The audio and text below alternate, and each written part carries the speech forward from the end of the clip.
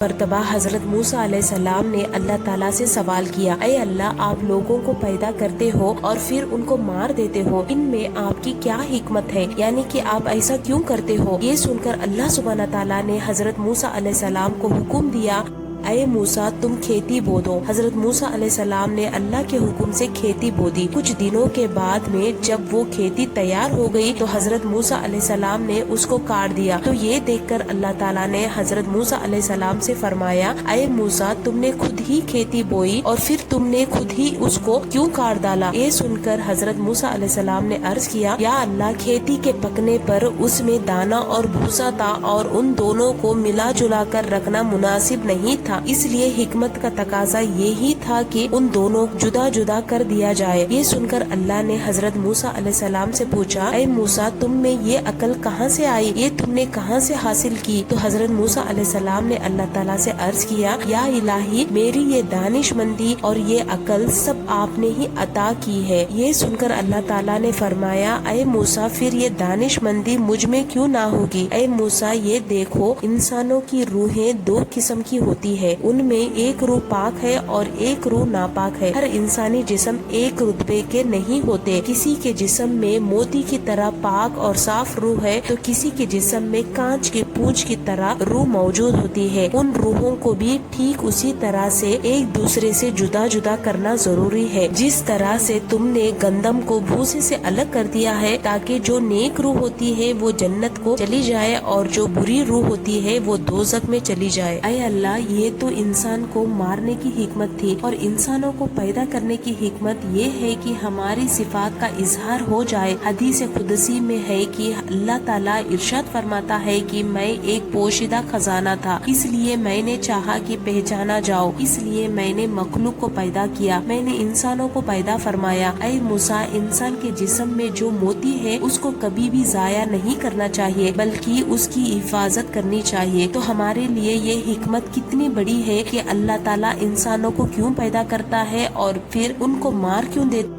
اس بات کا خلاصہ بھی خود اللہ تعالیٰ نے کر دیا ہے۔ اور ساتھ میں اس واقعہ سے ہمیں ایک بہت بڑا سبق ملتا ہے کہ اللہ تعالیٰ نے اس قدرت کے نظام میں ڈھیروں صفات رکھی ہے اور ڈھیروں وجوہات ہے جس سے کوئی بھی انسان نہیں سمجھ سکتا، اس لیے ہمیں کبھی بھی کسی بات کے لیے اللہ سے کوئی سوال نہیں کرنا چاہیے، کیونکہ یاد رکھیے گا، اللہ جو بھی کرتا ہے وہ بہتر کرتا ہے اور اللہ کے ہر کام میں کچھ نہ کچھ حکمت ضرور ہوتی ہے۔